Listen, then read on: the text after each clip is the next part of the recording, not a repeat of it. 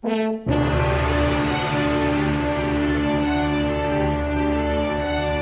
сурутаатчылар быт, ырыаны сөбіләтчілер конкурс кыттылақтара.